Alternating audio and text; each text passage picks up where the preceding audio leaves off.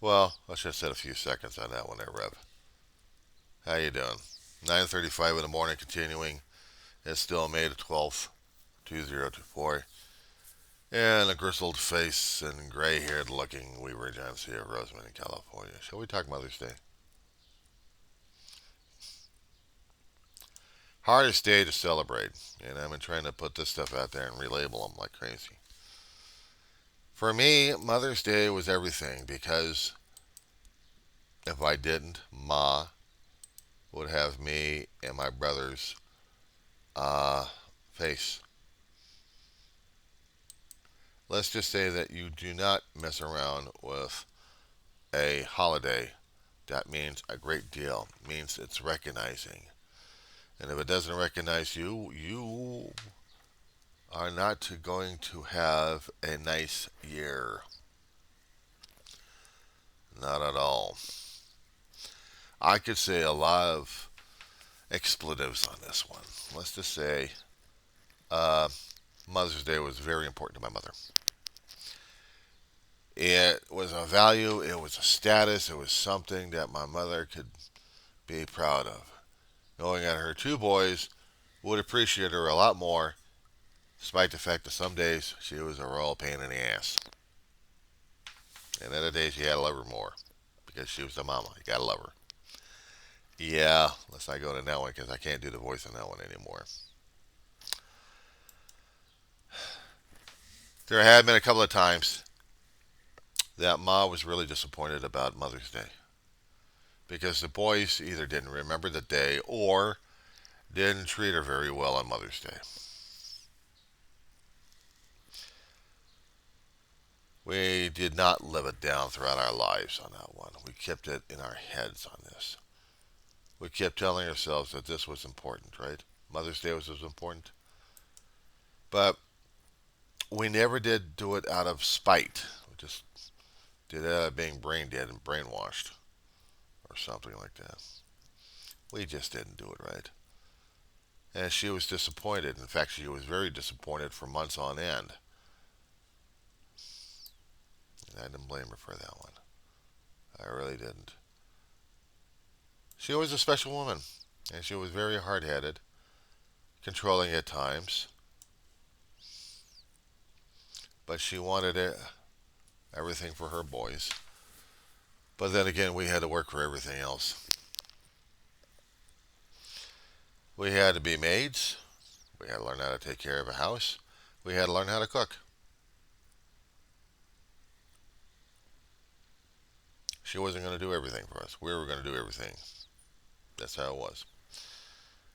She wasn't even into decorating the Christmas tree. At a young age, maybe. But at an older age, no. The boys will decorate the tree because the boys will decorate the tree. That's the logic of it. But that was our mother. The thing is, we didn't have any level of animosity or anger towards her all that much. Except when she irritated us a little bit, and that was practically it. But there had been times. I know I could have been saying that I wish she was dead. In my intemperate youth, that may have been the case, Rev.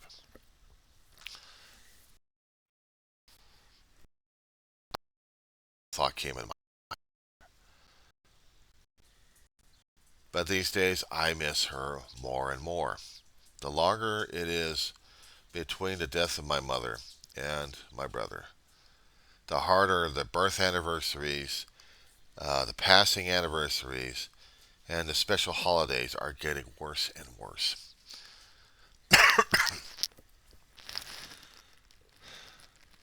It's harder for me to deal with. I've been talking to a therapist about it, but 40 to 45 minutes just doesn't do enough on the damn thing.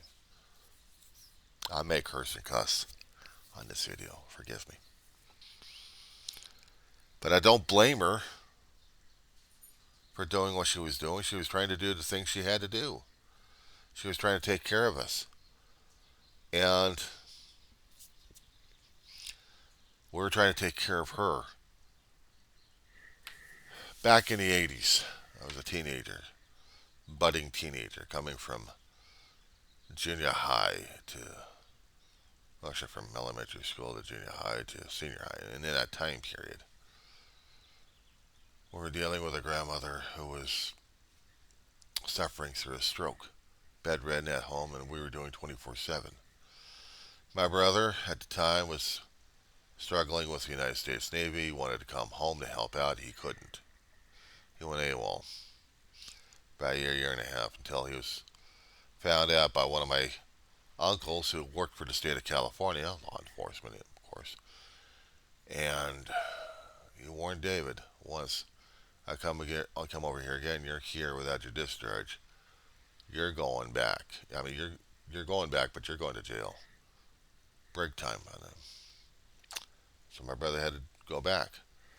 The thing is, you didn't mess around with family, and it was ingrained in me and my brother about being part of the family. You know, my brother did everything he could before the Navy. 8 years old, mama's boy, his firstborn. Even he had issues.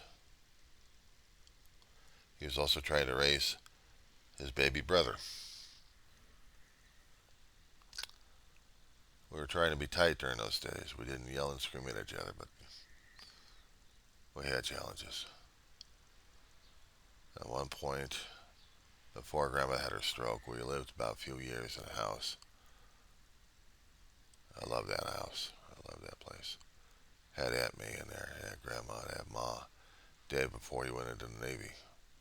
And when he went into the Navy, Ma and I were taking care of Aunt May and Grandma.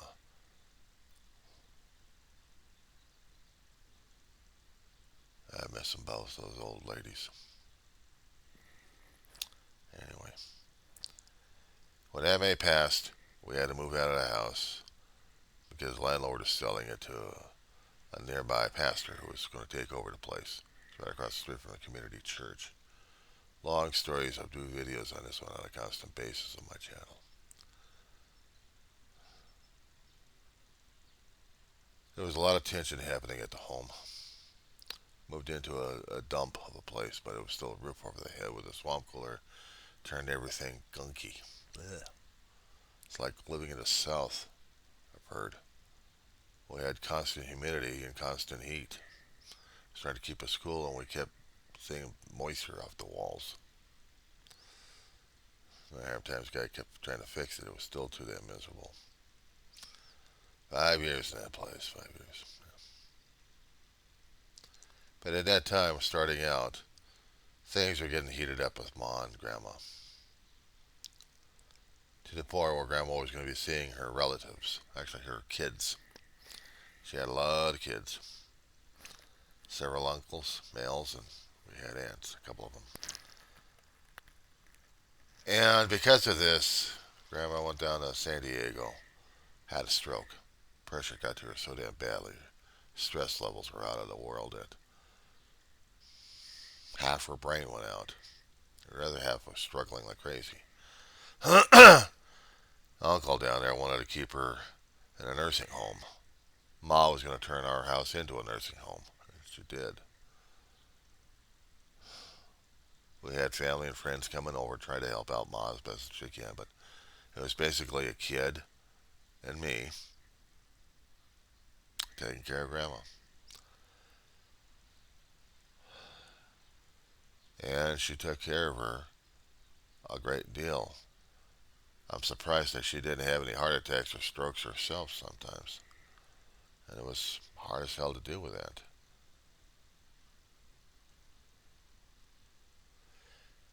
When Aunt May died, prior to that incident, my ass, what would you call it? What would you call it, Reverend? My brother wanted to get out of the Navy. Temporary family leave to help out Mom. Wouldn't let him.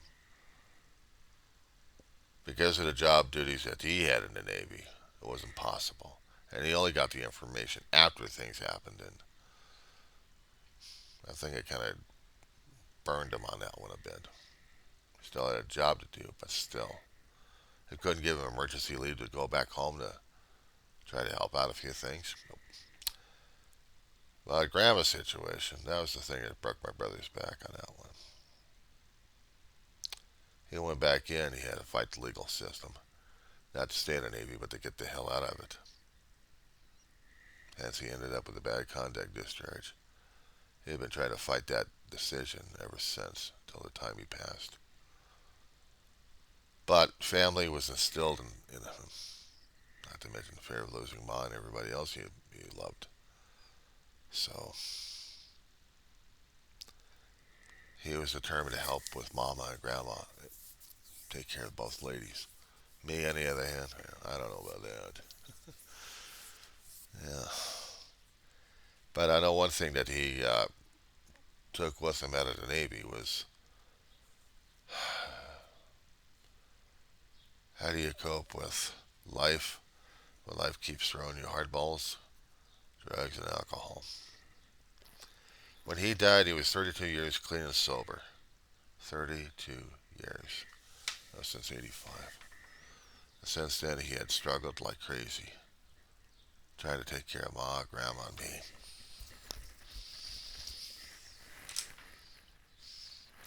Times I didn't know my big brother. I didn't know who or what he was. But I tell you, throughout the years, I learned more and more about him. I was watching his six like crazy.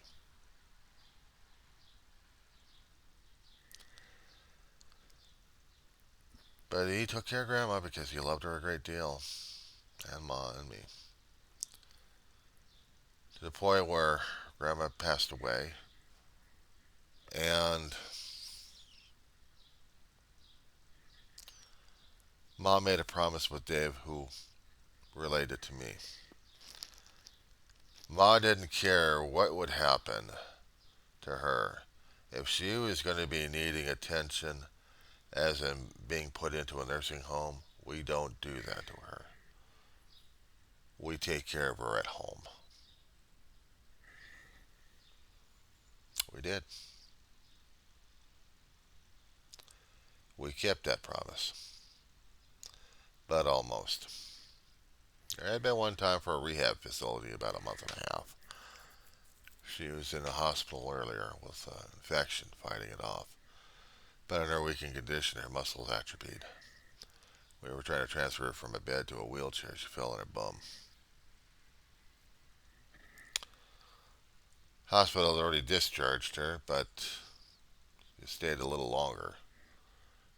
Her insurance company was trying to find her a place to get rehabbed.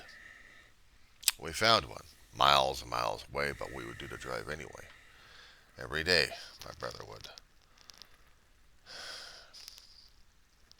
His firstborn, he was going to take care of the mama. Me, I had to be working during those days. I'd take care of the mama one way or another. Eventually, she got better. She got out of there. I wouldn't wish anybody else in that damn place. I wouldn't. Excuse me. So when Ma started becoming more and more infirmed, we were doing more and more caregiving. For me, I had to be working. I had to be bringing in the money to pay off the bills and stuff. Ma's social would be paying off the rent. David, he was fighting Social Security to get his payment so we could have the bills alleviated. But meanwhile, everything depended upon me. Excuse me. I had to be a working man. And we did 24/7 on her. I'm the backup. But if I had a day off, I'm the backup. I didn't have a day off. I take care of the mama. Even when I was coming home from work, I take care of the mama. Even before I went to work, I took care of the mama. That's what you did in our family.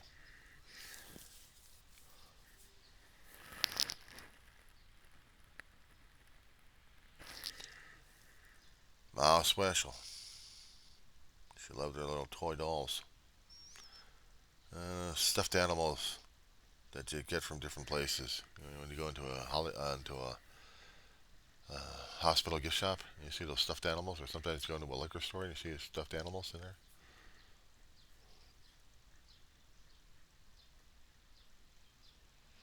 She loved them stuffed animals. Some of them would be cute enough, and well, others are more memorable. We had two huge binfuls of them. When Ma passed and Dave and I had to move out into another place, and then we had to move out of that place. We had to donate toy stuffed animals to different charities. But she loved collecting them, various ones. I wish I had a photograph of each one of them. I could post them there. Some of them were from movies. Some of them were just out and about collections.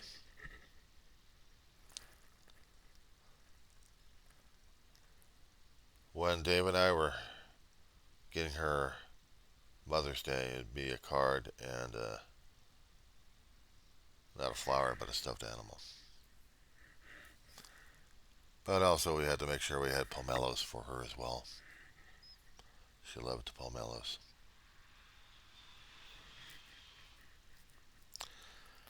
It's kind of hard to celebrate a Mother's Day without having the mother here.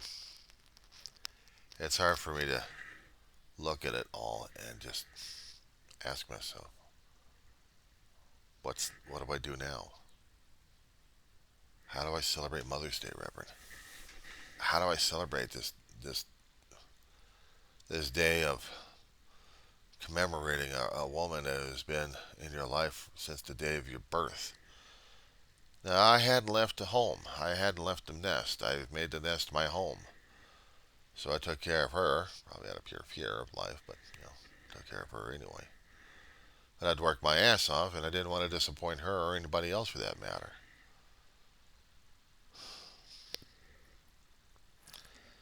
My brother, he could disappoint me sometimes. But we had to come together because we were taking care of the mama. That was our job. That was our job, Reverend. We took family very seriously. You didn't say a bad word about our mother. You did not.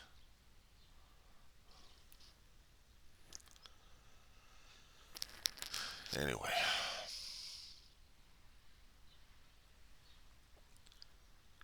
she wasn't exactly a disciplinarian all the time. Dave and Ma had this thing going on between them. They would love to rib each other and then attack me at the same time. And there have been a few times that I got ticked off at both of them, didn't realize what the hell was going on, and these guys are laughing their heads off because they pushed my button.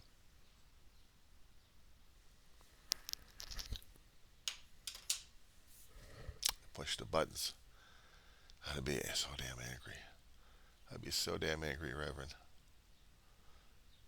And then Dave had to laugh and take me outside and cool me off, and then Ma's trying to apologize, but she still had a glint in her eye and a tear in her eye. I couldn't stay mad at the woman. My brother, I probably could. But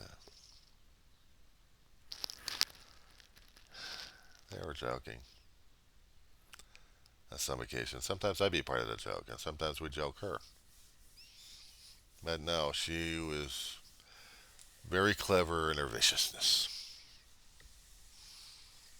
She was very clever in her viciousness.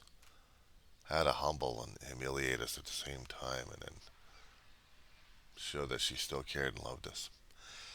But she also had a colorful metaphor or two. She was also a bit wicked when it came down for her um, care, and we had to have mail services come by to do an inspection one time. Somebody had made a report against Ma when we were living in one particular apartment. I guess we ticked off this person because there was an act that happened between my mother and my brother, a skit that they went through. The worker didn't take too kindly about it. She called for a health and welfare check. We had law enforcement coming in. My brother was telling me the story about this when he had also had gotten baby monitoring equipment, not for the inspection, but because my brother needed to hear Ma call, because when he's sleeping he gets deep, but if he hears her voice, he responds. He would sleep in the living room, Ma would sleep in her bed, and me in between. If my door is closed, I have a problem. I had to keep the door open all the time, or cracked open a bit, so I could hear Ma calling for my name, and then I'd react. But if I'm at work, they would need to hear that monitor. So he'd listen to a conversation that one of the investigators was asking Ma. He'd overhear it in a slight volume. The investigator asking my brother questions didn't pick up on it. Very clever, those two.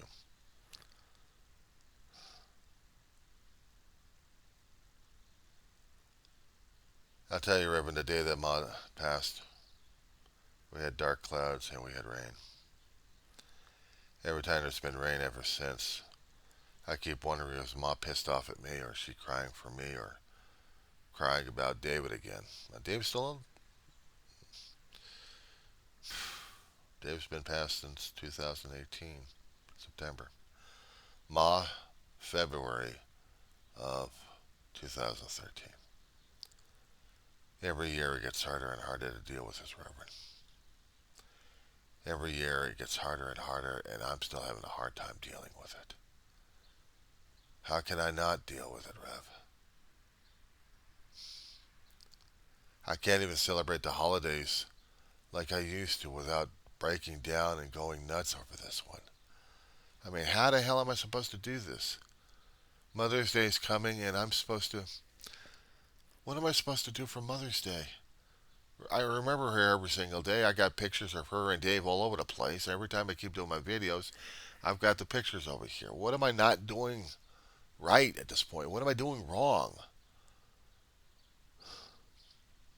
Holidays are getting harder and harder to deal with, Rev. I keep the Christmas decorations up because I don't want to screw up on that one. They mean a great deal to me and my family.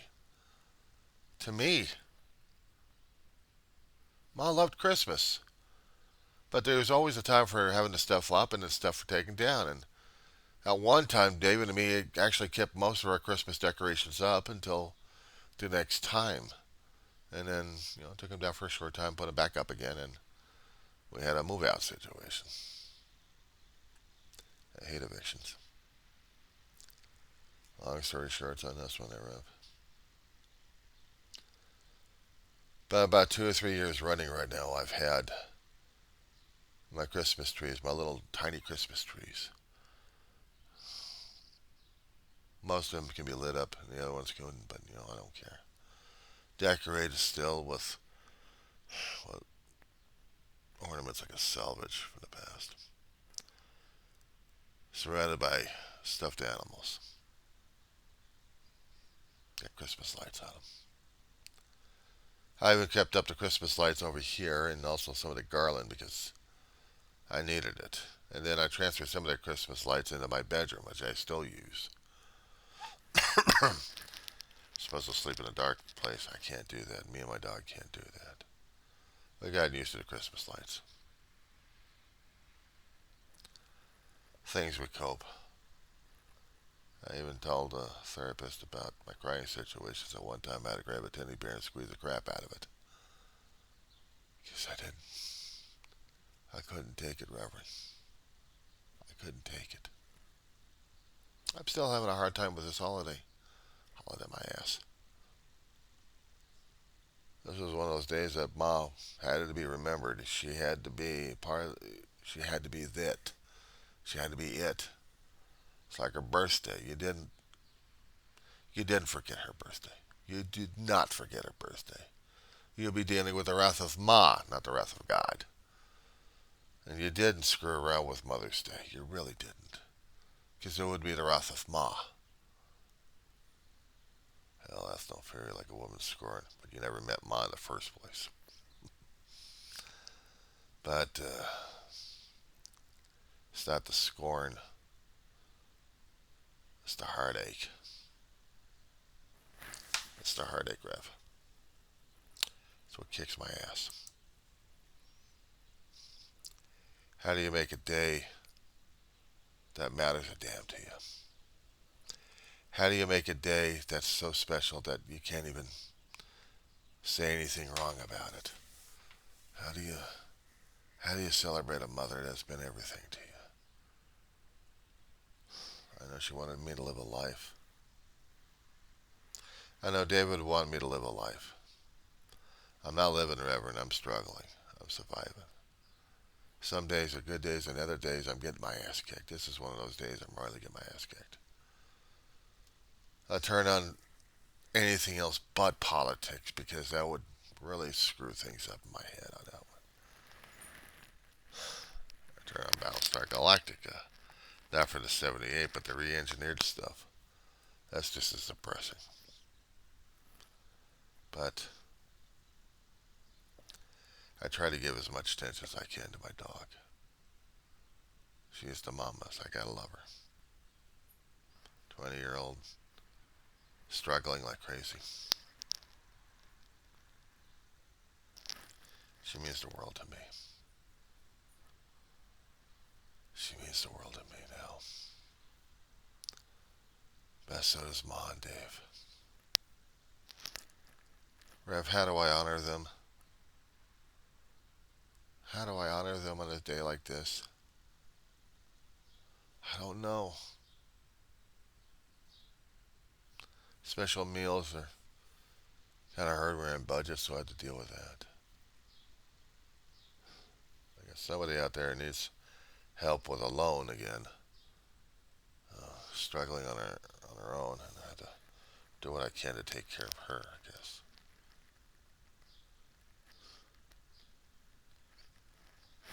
I know I have to take care of me, but in order for me taking care of me, I still need to take care of something or someone.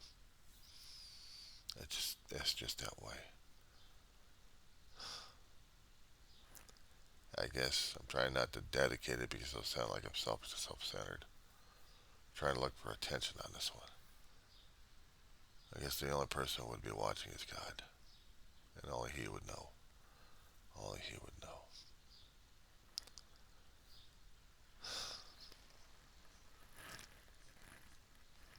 For several days past, I've been getting triggered left and right, and I've been missing my family more and more.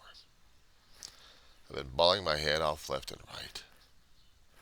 I can sound normal, energetic for a short time, then afterwards I feel like a miserable, sorry son of a sea dog. I almost said the B word, but I'm not about to at this point. I care a lot, and I'm struggling as I can. I don't find blame. I don't find blame. If I could, it wouldn't solve the damn problem, would it? That was our expression in 12-step recovery. So either you're part of the problem or you're part of the solution. What are you? I can't even identify the problems much, so how can I find a solution? I've got a broken heart. I've got a whole heart, a holy heart. I've got a heart that's still aching to this day from the losses. I've known death before, Reverend. If you watch my channels, if you had an understanding, you know I've been dead before as a kid and had a hard time trying to live afterwards. I've been through accidents that damn near killed me a few times. Not fun. She must be Boebert is awake and she's up looking for attention. I think we'll continue this sob story a little bit later there, but she needs me now.